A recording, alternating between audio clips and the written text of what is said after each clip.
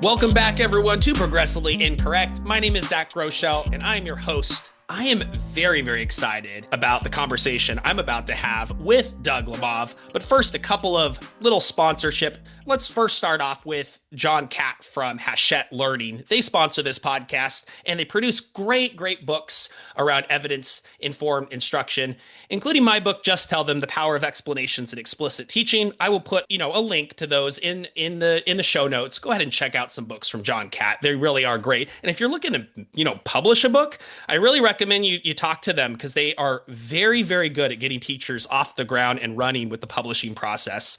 The other sponsor that I'd like to mention is Step Lab. I'm the director of Step Lab North America, and we have incredible content for instructional leaders and coaches, including video content from Teach Like a Champion. So I would go and check out Step Lab. I put a link in there to get a demo and get yourself started. I think it's fantastic if you're trying to get great teaching, effective evidence-based instruction up and running in your school.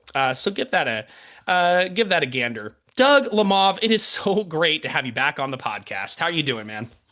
I'm doing great. Thanks for having me on. As you know, I'm a big, big fan of the show, so it's exciting for me. And can I say, I don't know if I'm allowed to plug your book on your podcast, but even bigger fan of the show, Just Tell Them has been so great for, so powerful for me to use with teachers to help them to really envision how direct instruction, explicit direct instruction works and can work in the classroom. So hats off to you for that. And thanks for having me on.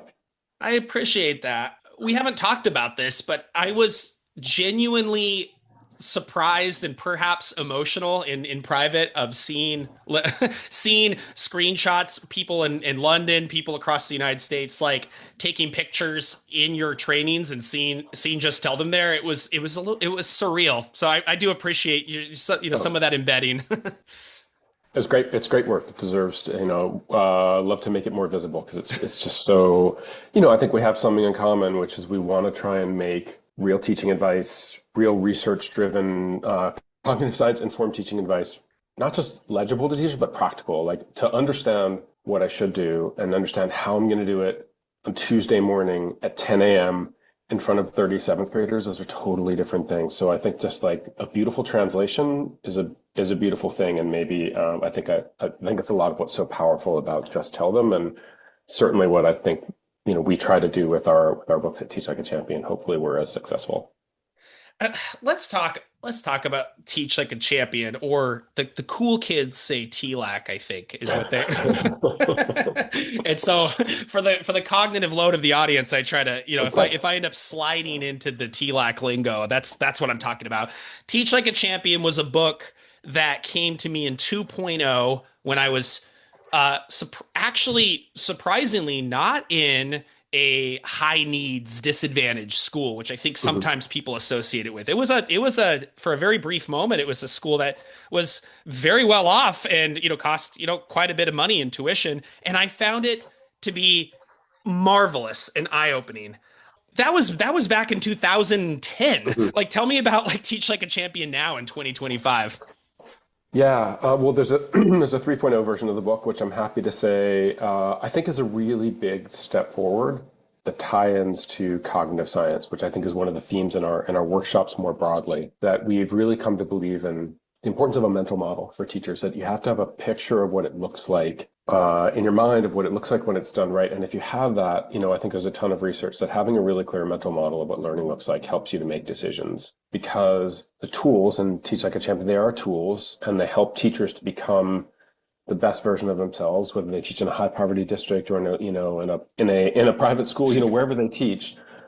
The goal is to help you be the best version of yourself possible. And that requires tools and not a program. And that's what I just feel strongly that's what Teach Like a Champion is or should be. I'm not telling you should throw out everything you do, but just let me help you think about the decisions that you make and how they could be more optimal. But I think for tools to be effective, you have to have a picture of what the end product looks like and how learning works, and then people make better decisions. Is it possible to use a technique like cold call and do it poorly? Of course. It's a powerful tool. If you want to renovate your kitchen, you will need an angle grinder, for tile and cutting pipes and Is it a powerful tool? Is it a necessary tool? For sure it is, but could you misuse that tool? Should you, do you need to know how to use it well and what the end product, what the end goal looks like? Absolutely. So the newest version of, I'd say, that book, and even our Science of Reading book, which is out this summer, is really like tries to do, I think, what I described in your book, which is to translate, start with the cognitive science, let us tell you what the science says, then let's talk about how to translate it. Those are very different things, like understanding the research and translating them. So that's big in the book, and I think that if folks came to one of our workshops this year, we have a foundations workshop, which I think is for K-1-2 teachers who do systematic synthetic phonics. It's the best thing that's happened in American education in the last 5 years is the pivot by thousands of districts to systematic synthetic phonics, thanks to Emily Hanford's podcast, Sold a Story. But just because you choose a systematic synthetic phonics curriculum, like the work is not done. They're hard to teach. They're hard to teach well. It's really important when letter sound correspondence cards, for example, for them have to be looking at the card. And well, they make the sound. If they're not looking at the card and associating the letter image with the sound, it's not working, right? So where they're looking is really important, and how, they should get a lot, they're going to need a lot of repetition. And so, whether you're cold calling and doing call and response or balancing between the two, those decisions are really important. So we have a workshop on like how to take it's a Foundations of Literacy workshop, how to take a curriculum like that and teach it every day. We have a Science of Reading workshop and a Science of Learning workshop that I think we're just really excited about. I hope that we're at a point of inflection where the teaching profession in America becomes more research valuing, more research literate, more cognizant of the research and its importance. So that's something we've really been trying to focus on our team. Sorry for the long-winded answer there, but No, absolutely. I've had a lot of guests on, and I've had a lot of private conversations with folks who are in the research realm, or maybe they're into policy advocacy. They're trying to get school boards to like just make a shift and move away from programs that are not evidence based and try to adopt better programs. And then what I keep wanting to that people to realize is there's a missing element, which is the instruction, like the yeah. delivery. That's why I'm so excited to get my hands on the Science of Reading book, the Teach Like a Champion guide. How did that come about? Like, Yeah. what's the origin story of that? We started out, so, in maybe 5 or 6 years ago, Colleen Driggs, Erica Woolway, and I wrote a book called Reading Reconsidered. And I think it was we love the book, and it's about what does the craft of teaching look like in a domain-specific setting in English and reading classes. I was an English teacher. Everything we teach in schools is important, but reading is the most important thing. How do we make those classrooms rigorous and demanding and learning optimal? We set out to write the 2.0 version of that book. And we realized along the way that a couple of things had changed, and that really, like, this book was qualitatively different. It wasn't a sequel. And I think we have a curriculum we call Reading Reconsider, which is a 5 to 8 middle school reading curriculum. It's now expanding into high school.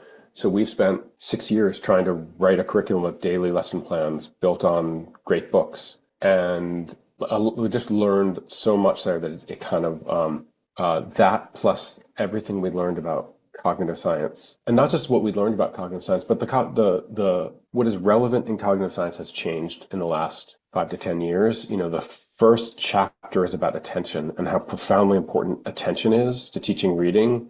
That reading is such an attentionally demanding task. I'm sure you feel this yourself. I feel myself, my ability to sustain my focus on challenging text is it's more fraught. It's more challenging for me even, and I'm a very dedicated reader. But for students, it's 10x. The social media and the cell phone are attention fracturing machines. Are we going to give up on books? Like, what are we going to do about that in the classroom? So the first chapter is about just the story of attention and how important it is to be attentive to attention and to think about attention in the classroom. And that's brand new. So, and the result is that we just realized as we were writing it that given all we learned about curriculum and cognitive science and new challenges in reading, another new challenge in reading is the death of the book. I don't think most parents realize how rarely kids read books, never mind great books, cover to cover in the classroom anymore. Does that matter? It absolutely matters. And so I think we realized that this is a new book. And it needed to have science of reading. We wanted to call it beyond phonics because it's sort of the so after we do systematic synthetic phonics and we have letter sound correspondence, let's call that in third grade, second or third grade. What happens to students for the rest of their careers through college, including college? And what happens in our schools is it's not aligned to the science. It's not as good as it could be. It misserves students. And with the book fighting for its life, for its relevance in our society, those issues are, 10x more important. And so, we just realized halfway through that this is not a sequel. This is a brand new book. And that became the Teach Like a Champion Guide to the Science of Reading. I I feel like there's a thread across that and a lot of the guests on this podcast where like you said, do we give up like on the Right. book? Do we give up on attention? Do we give up on math facts? Do we give up on, Yeah. algorithms? And it's Do we give like up on hard? Do we give yeah, up on hard things? Right. yeah. Um, I mean, I know we're mutual friends with Robert Pondisio, and like I was reading a blog he was talking about like change agents and so on, and it just Mhm. made me think like the most important and almost radical thing that you can do that is within the right or within the public sort of allowance is to teach the curriculum really, really well and Yeah. systematically with a high level of rigor. And I feel like it's just slowly been deteriorating, or maybe it's Yeah. coming back. I'm just not sure. I hope it's coming back because I do think that we lost sight of it. And I think that that has had tragic consequences that it will take us 10 years, to address. If you want to be a radically better classroom is like that is what matters. Radically better at teaching reading, radically better at math, radically better at science. Can I just point out that we're increasingly becoming a society where science is critical to every endeavor. Never mind, like, I mean, included our global security as a democratic nation. Look at how central the role of science is to the Ukraine war. Meanwhile, 60% of the students in PhD programs in advanced sciences in the United States are foreign nationals, specifically, and like, and bless them, it's wonderful that they want to, but like they're foreign nationals, first of all, from countries that we have a tenuous global, geopolitical relationship from China, from Russia, from India. And it's wonderful that those people are here in our universities, but it's also true that we cannot fill the seats in those advanced programs with the graduates of our own domestic science programs, and that should scare the daylights out of us, right? That our science is insufficiently rigorous. Also, to me, it's a national security issue. So hopefully, the pendulum is swinging back to the realization that the greatest thing we can do to serve our students well is to give them a radically better education every day in the classroom, focused on teaching the curriculum emphatically well, and hopefully that also includes, more rigorous, better curriculum. Absolutely. So I think of Teach Like a Champion as the guide for teachers that want to embrace that understand that time is precious. This is the one chance for every child to have to have a world Yeah. class education, and so there are some heavy hitters in here, and I actually really wanted to kind of find clusters in the book this Mm, time rather than focus on like self interrupt or some like small sure. micro technique, and so this actually comes out of something I saw you do in Birmingham. You actually did a whole day on what to do, the what to do cycle that sort of occasioned a lot of conversation for leaders and so on. Can you, for people who are not familiar with the what to do cycle, maybe break that down for us and then you can kind of relate, I think, all of this to attention and to cognitive load Sure. and so on, sort of in the 3.0 style of Teach Like a Champion.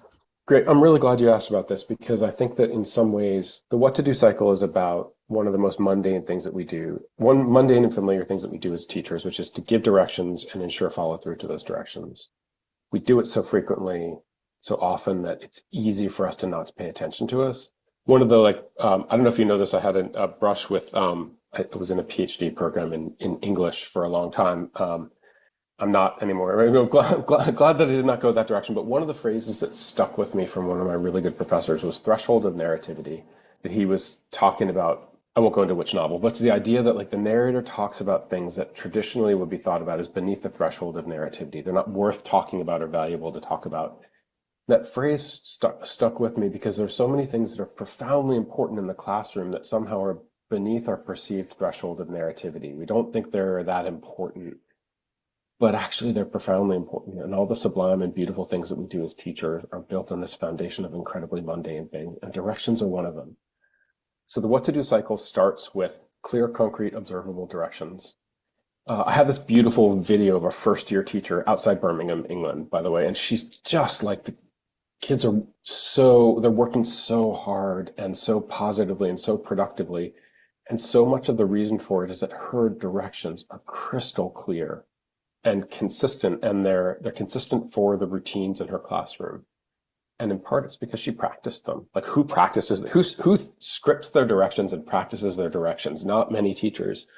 But the benefit of this is like there's no students know how to be successful, right? They know exactly what she's asking them to do when she's asking them to do it. There's no ambiguity. So there's no like, oh, I thought, either like one of the worst things that can happen in the classroom is you give a direction, you think it's clear, it's not clear to the kids, they don't follow the direction, and then you're mad at them, and then they're like, there's a consequence for students of some sort, which is you're like, pay attention. What does it mean to pay attention? I was paying attention. Her directions are crystal clear. Notebooks down, eyes up here, and she's practiced them that she can give these directions with no load on her own working memory, right? They're almost like a habit for her. And so while she's giving her directions, she is able to look and see, are they following directions? Who looks engaged? Who does not look engaged? Who should I call on next, right? I think one of the most overlooked factors in the classroom is the influence of loads on teachers' working memory. And so by making her directions almost a habit for her, she frees her working memory to be doing more important things. So the first step in what to do directions is just consistent, crisp, clear, concrete directions. And then the most important habit I want to build in the classroom is following through on the teacher's directions. So there are 3 steps that are what I would describe as like managing the after. And the first one is just looking. Like one of the things we know about people is when they know that they are observed, their behavior changes. And so the first thing after you give directions is just to scan the classroom for yourself, so you notice whether students are following through, and making a habit of like I give a direction and I scan the classroom, right? And so then I'm more likely to notice whether students are following directions. I see this all the time in classrooms. Teacher gives directions, students are not following it. Teacher does not notice. Now students are aware that there is a great deal of there's a great deal of opportunity. My teacher won't notice. Maybe my teacher doesn't care if I really follow through. But if the students see me looking, then they know that I care. And they know that I will notice whether they don't follow directions, and that is a disincentive, and prevention is always better than cure. And maybe while I'm scanning, I want to do something called be seen looking, which is just to engage in a few sort of almost pantomime behaviors to make it clearer to students that I'm looking. So maybe I raise my chin slightly, or I stand up on my tiptoes while I give my pencils down and eyes on me. And, maybe I crane my head to the side slightly just to make it clear that to make it clear to students that I'm looking carefully to see whether they follow through. And if I do that and I show that it matters to me, right there, I'm going to cause the rate of follow through to increase dramatically. The next thing that I need to do is then I want to, what Peps McRae calls amplify the norm, amplify the positive norm. One of the things we know about people is that the single greatest influence, this is quoting Pep's book on motivation, motivated teaching, the single greatest influence on the individual is the individual's perception of the group norm. What do I think is normal in this classroom? Does everyone follow directions in Mr. Groeschel's classroom? And so if I can amplify the norm, thank you, Zach. Thank you, Sarah. Thank you, Kevin. Appreciate you following directions like that. I make it more clear. I show my appreciation to those students, which is important, but I make it more clear to the other students that the normal thing in this classroom is lots of people following through. And then the last thing I need to do is to have a tool to very quickly, non-disruptively correct students who are slow to respond or who have not responded. One of the great things about directions is they're often asked, when they're effective, they're asking for very small things. Put your pencils down. Put your pencil down. Eyes up here. Take out your notebook. And that is an opportunity because it's such a simple task to ensure follow through with a very simple fix, right? I'm not asking you to do something complex. So if I'm going to just do something like, maybe if I'm giving directions to my class and I notice that, Zach, you're not following directions, if I can just say, pencil down, Zach, and I can whisper it instead of saying it out loud, right? Then it's less invasive. It's almost like it's quieter. Or I can say, I'm waiting for one pencil to be down. And maybe there's a moment of eye contact between you and me. Thank you, Zach. Something like that. Or maybe it's even a nonverbal, which is I just make a signal to you to put your pencil down. Now I can fix small things with almost invisible fixes. And what I'm doing here is building the most foundational habit, which is when I give direction, everyone follows the direction. And if I have that habit, the table is set for me for rigorous, rich, exciting, fascinating discussion on any topic that I need. And generally, I think like, are these sorts of things below the threshold of narration? Yes, they are, but they're really, really important. So the what to do cycle is clear, concrete, observable directions, be seen looking, narrate the positive, least invasive intervention on one or two students who aren't following through. And if you do that consistently, you will be well on your way to a beautiful, robust culture in your classroom that students will love, and you will love teaching and students will love being taught. I love it. And one of the things that I got out of watching you present on this, which was really powerful. I think it's just if you read the book, you actually read the text and you don't just like get some sort of like little infographic version of Teach Like a Champion. Like, and you read the narrative, you say this over and over again. The powerful thing was you kept talking about purpose over power. You Mm-hmm. kept talking about honoring students' dignity through the least invasive intervention. I mean, what I think people do is they listen to this and they go, "Great, that's a cycle for ensuring compliance or whatever."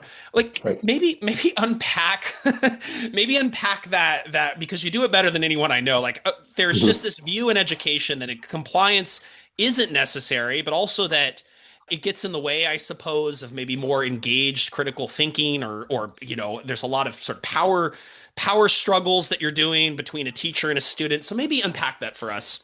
Yeah, happy to. And you should just prompt me to like talk about some like there's a lot here, but a couple things that I'll point out, which is students have the right to know what they should do to be successful in the classroom. They should have the right to know that like paying attention matters. That if I look at the person who's talking, I will learn more. I will learn more, and that will cause me to be successful. They have a right to know how to complete the tasks that will give them the opportunity to be successful. I think that there has been in the last 5 years a large scale misunderstanding of the difference between authority and authoritarianism. And they're not just not the same thing, they're almost opposite things. There will always be authority in the classroom. You are invested as a teacher with authority for a reason, because there are things that you must teach to give people the best life opportunity they can have. And the client, who are the parents who have sent their children to you, like they are counting on you to teach algebra or science or the giver or history, right? That is an immense responsibility and it comes with authority. Ensuring that people follow through, that there's a culture where follow through is normal, where students don't just have the right to learn. I mean, where like if I'm willing to be the student who is the only student work, that the unspoken message to a lot of students in a lot of schools in this country is like you have the right to learn. So if you want to defy the norms of all the kids who are barely paying attention who are not working that hard, and you want to be the one kid who's the outlier, you have the right to do the things that will cause you to be a doctor someday. That is not fair to the student. Like, you should not have to be willing to be a social outlier in order to achieve academic success. The environment should make it easy for you to be attentive and positive and work hard and learn a lot and make it seem normal. And so our authority as teachers is just profoundly important. At the same time, we're asking students to do something that is hard. It's hard to sustain your attention all day. It's hard to work hard all day. It's hard to self-regulate. And so as students struggle, I should correct them and remind them of what the right thing to do is and encourage them to do the right thing, but do so in a way that assumes the best about them and preserves their dignity and reminds them. That's why I think it's so important that it's clear what the task is, give really good direction so everyone knows what they should be doing. And then just to give very non-invasive, make sure, check to make sure that you're tracking the speaker. I need one more set of eyes tracking the teacher, right? Those are both corrections that don't name the student. Right, they just and maybe I emphasize it a little bit by looking at the student that I'm talking about there, but I'm trying to find ways to make sure that I can give lots of corrections when necessary in a way that doesn't disrupt the learning or cause the student to feel like I don't care about them, right? It's purpose, not power. My purpose is to teach you. And if I want to teach you and I really believe in your capacity to learn, I have to have high expectations for you. And my goal is to change you, to cause you to be more attentive than you would left to your own devices, to work a little harder than you would left to your own device. That's what a teacher does for students that they care about. I do feel like in some places people have lost sight of that. but I think that endures. And if you think about the teachers who have profoundly influenced you over your life, someone was asking me this the other day. The most important teacher that I ever had who taught me how to read as an English major, I almost went to a PhD in literature, was this teacher that I had in ninth grade, Mr. Simmons, who I didn't like at all at the time. He was very clear and he wasn't fun and he wasn't cool by any stretch of the imagination. And I thought what I wanted was cool. And 10 years later, I realized that he was the person who taught me to read, and that everything I did in my, like my PhD program was like, because he taught me how to close read a text. And yeah, I'll just pause there. But I think like our capacity to cause students to do a little more than they would do left to their own devices is one of the gifts that we give them. Absolutely. I kind of want to go back to this. You use the word mundane when it comes to this, right? Mhm. It's like on the one hand, it's somehow controversial to get kids to do stuff better. On the other Wow. hand, the system of what to do when you describe it, it's like, sure, I mean, my directions are got to be clear. Yeah, of course I check if they're doing it, and then of course if someone's misbehaving, I try to stop them from misbehaving or making a bad choice. But then Or like, just slow following through. If I can make them quick following through, then they won't misbehave in the first place again. Like I'm just prevention is so much better than cure. yeah, Yeah. I recommend people actually check out all of your training because I get so many people saying I've never been to a good PD session. And PD is awful. It's a big waste of my time. And I'm telling you, the Teach Like a Champion trainings I've been to make all of that noise go away. They are fantastic. And what I saw you do in there was you had teachers scripting out their directions. Yeah. And in doing the scripting and in practicing with a partner, you get all these reactions to the process of realizing that this mundane thing is actually a lot harder sometimes than it looks. I mean, Yeah. and this was with a pretty advanced group. Yeah. It's so interesting because so many of the things that are difference makers in the classroom are pretty simple. I mean, not all of them, but like wait time is a great example of that. Like if I can cause myself to wait 3 or 4 seconds after I call on a student before I take the first hand or before I call on the first student, like that is a game changer in terms of the number of students who feel like they can participate, in terms of the amount of cognition that students are doing. But even a very small, simple task like that in a complex environment like a classroom is hard to do, right? And I find that even in workshops, like I struggle to demonstrate wait time myself when I'm talking about wait time to a group of it's hard. And so even simple things require practice and reflection and rehearsal beforehand, right? I don't want to make mistakes or not sound like myself the first time I try it in front of kids. So I should get together with a group of colleagues who will be supportive and we'll have some fun doing it. And but we'll get better so that when I walk out in the classroom, like, and I try it for the first time, I can do it with less load on my working memory. I'm more likely to be successful. I sound like me. I sound authentic. I feel authentic. So thank you for your kind words about our workshops. I really do believe that adults deserve to love professional development. It can be fun and rigorous at the same time. One of the trickiest things for me about teaching always was that it felt so you close your classroom door and you're the only adult in the room and no one ever sees you do it. And all my life I played team sports and they were profoundly important to me and my identity and who I was. And I think that teaching can be a team sport, especially if we make professional development sing for people, where we get together and we practice with each other and we give each other feedback and we laugh a little bit, but we're pretty serious about the work. And so I do. And the other thing that I think is, if you feel it as a learner, if you're in a great learning environment where you're a little bit reluctant to cold call, but then you're in a room full of 80 people in a PD and you're cold called in a way that feels like caring and thoughtful and appreciative, and you find that actually you kind of like it and you feel successful, then you're much more willing to turn around and do it with your students. And so we always try to demonstrate in the workshop the things that we're talking about in the teaching so that people not just like understand it, but they feel it. And so I hope that came through. It's really important to me that people love PD and that it serves them and it makes them better. One of the things I've been doing, I copied a lot of stuff. One of the things I've been doing is like just the modeling vulnerability. Like you Mhm. model what to do cycle would look like, or elements of it are, like the be seen looking. And it might be silly to, like, you have these kind of you've codified the be seen looking into like different Mhm. moves, like the president and like the swivel and the invisible column. But you're like, all right, I'll do it, and then I'll do it with a partner. And oh, it was kind of funny. It was kind of silly, but let's try it together. All right, now you do it with a partner, but embedded in your instructions. You do it in such a slick way. I'm almost jealous a little bit because I'm trying to figure it out. I guess over time you Yeah. iterated and you figured out what works. And so if you're willing to point out your own mistakes, you both make it safe for other people to like make mistakes and get better during practice, but also you point out that that's actually a good thing. But I want to amplify the idea that like getting it wrong and then getting it right is what we do. It's clear to us that that's what our students should be comfortable with, but it takes some time to be comfortable with it in an adult learning setting. And so she's really taught me to celebrate like the funny, awkward moments when you say something and it comes out a little bit wrong, or it just isn't like you shouldn't try and hide that. You should like laugh at it and point it out and then do it over better. And then other people feel comfortable doing the same thing. There's a version of PD in which the presenter comes and they do their talk. And you know what? If you don't like it, you shouldn't have brought me in here. I'm not here to persuade Mhm. you. And I'm not going to involve you, because if you're not invested mentally, it's Mhm. not my responsibility, right? And I think you can kind of get along on the PD circuit kind of doing that. And it just feels insufficient to me. It feels wrong to be in Yeah. that room doing that.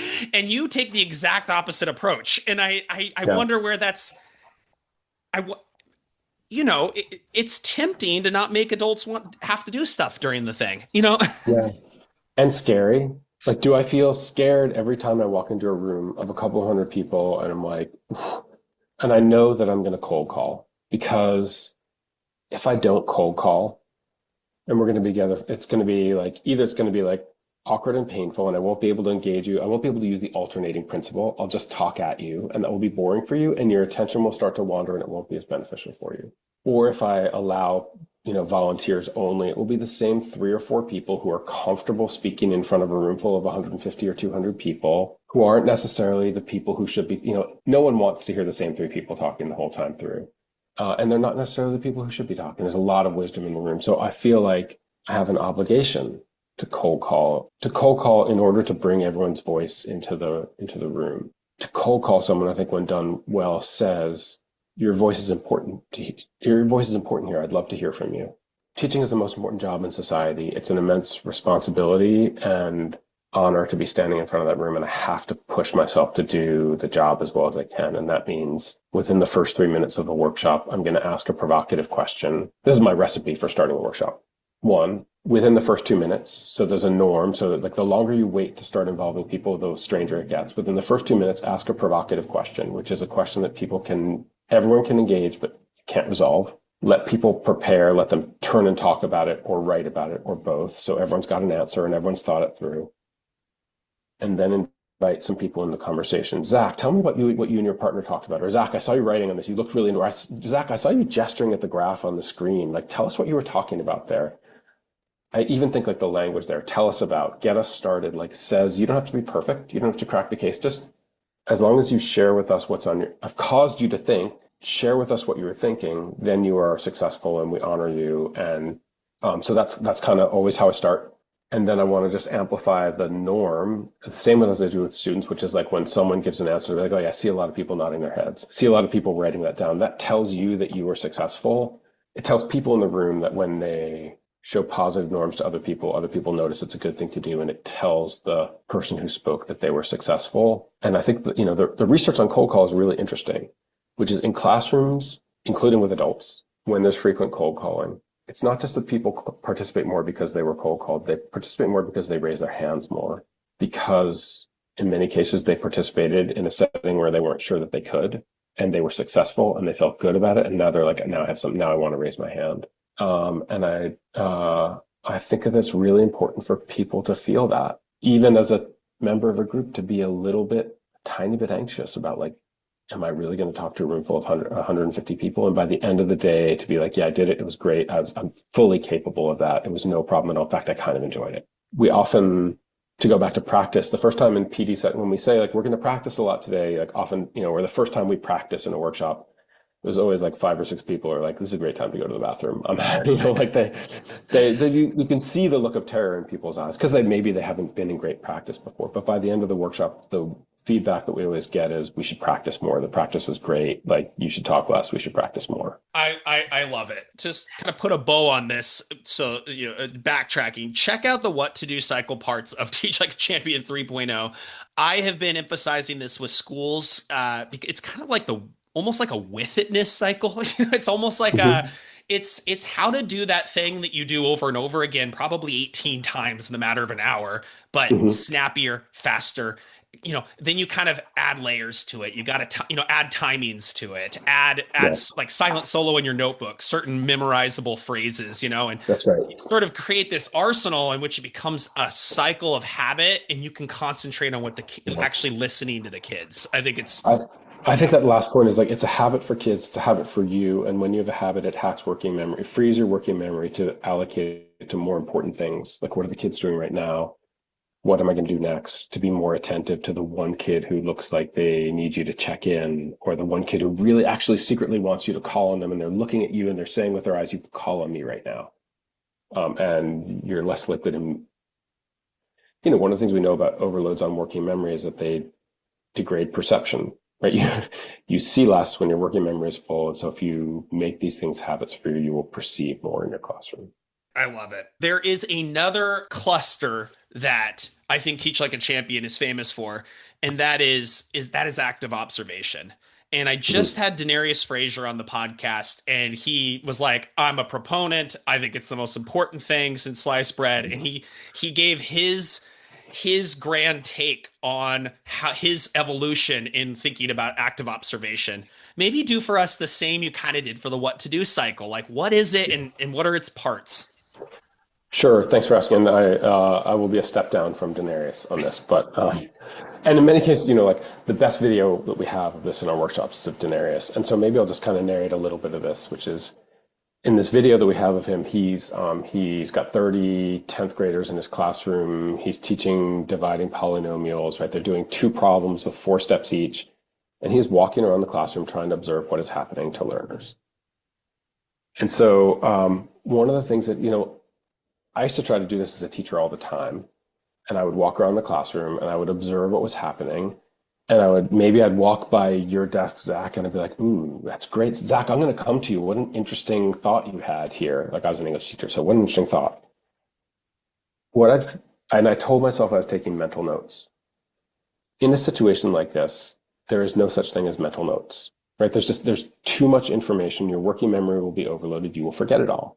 And I did this all the time. I forgot that I promised Zach that I was going to come to him for his brilliant idea. And then you're sitting there and I've forgotten to call on you and you're like, well, did you think my idea was that brilliant or not? Or I would walk around the classroom and instead of observing that there are actually 8 students who don't understand how to write a topic sentence. I would react to the last student that I'd seen, which is, what they did with my working memory. And I would stop and I would talk to the whole class about what that one student had done instead of the thing that 8 students had done. So I need to realize that observing student work is incredibly important. I'm presented with a ton of data visually, and that if I think I can manage that data by holding it all in my working memory, I'm kidding myself. So the first thing that I need is a clipboard, and I need a place to write down observations about what I'm seeing. Zach, great answer. Remember to cold call. The other thing is that if I'm trying to think about and hold in my head what the right answer is, again, my working memory will be filled up just with that. I will observe less. I'll be able to remember less. So on that clipboard, for the 2 or 3 most important questions I'm going to ask, writing out an exemplar, here's what I hope students will say, is what strangely one of the most powerful things you can do. And so as I'm walking around observing things, I can glance at my clipboard, remind myself of what I wanted to look for, what I wanted to see, and give students very targeted feedback. Ooh, that's great. Love your topic sentence. See if you can add a transition there. And the interesting thing is that this allows me to build relationships with students because I'm able to give much more efficient, productive, targeted, personalized feedback. So I think a second thing that I need to do active observation, I need a place to write things down. I need a reminder for myself of what the ideal, what the goal is, what we're shooting for. And then the other thing that I know as I walk around is I'm gonna see mistakes, gonna see errors if I'm asking rigorous questions. And the problem is that's data that I have to track. What is the error? What's the common? First of all, if I think about errors in advance, I'm more likely to notice them. And so I think the smartest thing you can do is on this active observation sheet, write down the 2 or 3 errors that you think students will make. And now I can just tick off and like almost make a histogram of like, am I seeing these errors? Which errors are most common? And then I know what to stop and talk about with students. And so having these 3 pieces, which is place to write down, place to process the data, description of the right answer, description of potential wrong answers, allows me to understand and process all the things that are happening in my class in real time while they're doing work, while they're doing written work. And I just think that and strangely, I think that this allows me to be more relationship oriented, to have little moments with students where look at a student's work, I notice their mistake quickly, I may give them a short piece of useful feedback, I pat them on the shoulder, then I glance down at my exemplar to remind myself of what I'm looking for the next student, and off I go, and I'm able to give every student a piece of like really nice, thoughtful feedback that says they matter and I care about them in 5 seconds per student. So that's the idea behind active observation. I think there are a lot of different ways that you can adapt it. You know, you could give feedback to every student, or you could decide not to give feedback to every student and just kind of hold back some of your thoughts and just tabulate the data. You could go by every student. You could just pick a couple students that you think are really important to check in with, right? I think there are a lot of ways to adapt this, but the fundamental model of like, you must have a place to write things down to if you expect to observe. Otherwise, you will be overwhelmed. Your working memory will be overwhelmed and you will forget. And you should remind yourself what you're looking for and what the likely mistakes are. Excellent. And you know, I think with active observation, like it for me, it's different and it's innovative compared to kind of the default version of this. I think everybody would say like, sure, like if I can get around, I can get around. And I try to listen in, I try to lean in, mainly perhaps so everybody knows that I'm watching, you know, but then I suppose there's layers to how you launch it. There's layers to like Mm-hmm. what you do to set it up for yourself so you don't have like that situation where every single kid has an error. You basically are like, Yeah, yeah. you know, like can you maybe break down some of the nuances behind you know about behind this technique? Yeah, it's great. I think one of the most useful things I can do is just be thinking. I think all learning starts with attention. What are we paying attention to? And so if I think back to this Denarius video, the very first thing he says is, I'm coming around to check your remainder. That's a really interesting statement, which is he says that because he's thought in advance. What should they be thinking about while they're working? What should be in their working memory while they're solving this problem? The thing that's most likely to trip them up, the thing that's most challenging, that requires the most desirable difficulty is the remainder.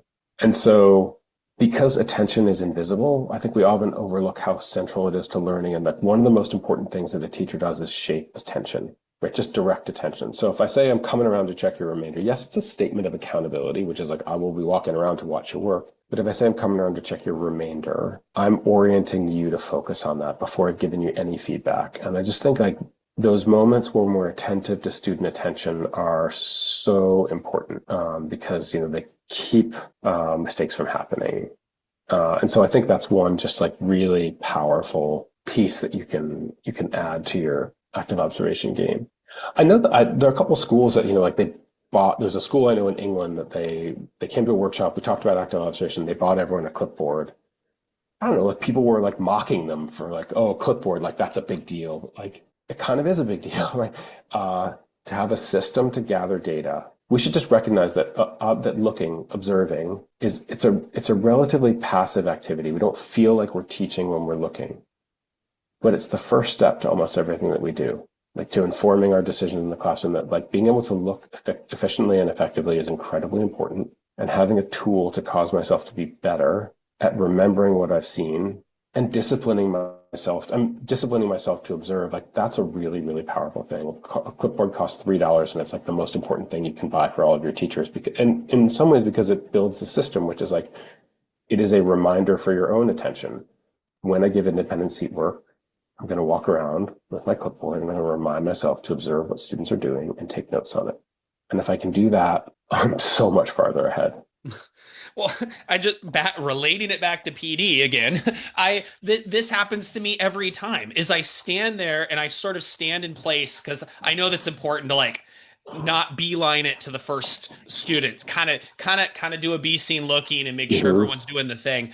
And then I start walking around and immediately after I collect two responses in my working memory without a clipboard, I go, okay, so I either want to stop this now so I don't forget about it, or when I get Right. up in front of everyone, I'm kind of scared to go down that rabbit hole because I have to re-articulate something that I Right. haven't fully processed, so I might just skip it, and Can I say there's two things about that? yeah, Yeah, it's yeah. just like one is like what you're describing is working memory overloads. We're talking here about the frequency of working memory overloads for teachers. Working memory overloads are stressful. They induce anxiety. So this feeling like I'm going to forget this, I'm anxious about it, like keeps you from connecting with your students, from gathering further data. And so I think it's really important to be that you describe that, to be in touch with that, with that feeling of the anxiety of the working memory overload. I think the other thing about anticipating errors, the next step after I've anticipated errors, I can think in advance about what I might do about it. And one of the reasons why teachers I would say bury the data all the time, which is they walk around the classroom and they're like aware that like kids are really struggling with remainders. It is a really scary thing in the middle of halfway through a lesson that you've planned in front of 30, eighth graders or 10th graders or fourth graders to be like, okay, I'm going to rip up my lesson plan right now and I'm going to freelance and I'm going to try and off the top of my head explain to students what they don't understand about remainders. But if I've anticipated errors and I've thought in advance about like that, I've thought about, well, what will I do about it if I see this mistake? And so I don't have to decide on the spur of the moment. I can kind of have hatched a plan in the back of my head already. And then I'm like, I am much more likely to step in if I feel confident about my ability to remediate the issue as opposed to if I leave it to myself to think of it on the spur of the moment when I'm doing a bunch of other things. So the kind of related step between anticipating errors, what are the errors, like write them down and then just think a little bit like, okay, if I see this, what am I going to do about it? Like that not only makes the fix better, it makes you much more likely to pause and say, pause, guys, eyes up here. Let me explain something to you. I'm going to teach you again how to factor. Like, let's go through this one more time. And if I thought about how I'm going to do that, I'm much more likely to actually do it. And all the time, teachers will be like, they'll teach something, kids will do poorly on a quiz, and they'll be like, I knew it. I kind of knew in my mind that they didn't understand, right? That is an example of you burying the data, which is you knew it, but you didn't quite have the guts to step up and do something about it.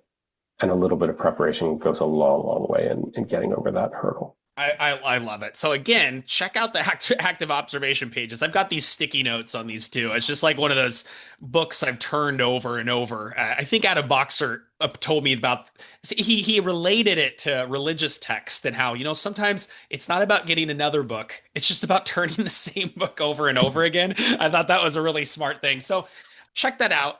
We're coming to the end, but I feel like the inevitable endpoint or logical next step for Teach Like a Champion. You talk about kids aren't paying attention, books are not being taught, and Mm-hmm. rigor is slipping out. Instruction is so important, and then the science of reading has just become such a movement. The logical next step is curriculum, and so you sort of. Yeah. Oh, I don't know if how many people know about Reading Reconsidered as a curriculum. Yeah. Can you tell us about that? Sure, I'd love to. So reading reconsidered right now it's grades 5 to 8. We're expanding to 9 to 12 in the coming year or two. It is it's a curriculum. So as a teacher, if you have it, you get daily lesson plans that you can, they're scripted for you, but they're designed to be adapted. And of course, you can change them if you want to. But a teacher shouldn't have to invent a lesson plan because a good lesson plan takes a lot of work. And so I would describe it as it's book based. So you teach 5 or 6 novels a year, and it's knowledge rich. So in a unit on a given book, we would each day we would embed little nonfiction passages to illuminate. So if you're reading Number of the Stars, for example, which is set in Denmark during the resistance, so the Nazis during World War II, there might be a passage on rationing, like what was rationing and why did people do it, or resistance movements, or like they celebrate Rosh Hashanah, like there's a little passage on Rosh Hashanah, so you understand more about the novel, right? You have background knowledge on it. And also you pick up more of the nonfiction because you have this character who's going through it and you understand. So you read it in a way that is or engaged. This is a lot of work to prep this level of curriculum. So every day in the lesson plan, there are like little nonfiction passages to illuminate the novel we're reading. So it's novel based, it's knowledge rich, it's writing intensive, which is so important. The ability to sustain focus in reading is important, and so is the ability to sustain focus in writing. So there's lots and lots of writing there's a lot of what I would call formative writing, which I think is really important. Formative writing is we define as writing that you do before you're sure of the answer. So a lot of the writing that students do in classrooms is summative writing, which is like explain your opinion and justify it with evidence. And that is important. It's one of the things we do in school. But another kind of writing is we're reading a chapter from The Giver, pause.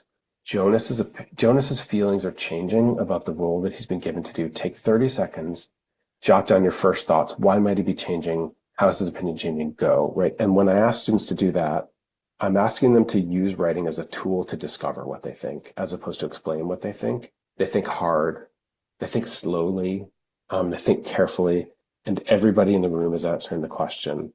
And then I go to discussion. Great. Tell me what you wrote about. Zach, get us started. What were some of your first thoughts here? And I just think that using writing, letting students use writing as a tool to discover what they think, to deepen their own thinking, to prepare for discussion is so profoundly important. So some of the things that I think you would find in it's book based, it's knowledge rich, it's writing intensive.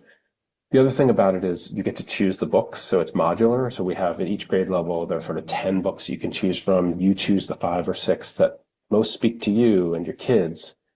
And hopefully, there's a combination of sort of classics and some new hits and things like that let you choose the right portfolio of books for your students. So that's Reading Reconsidered.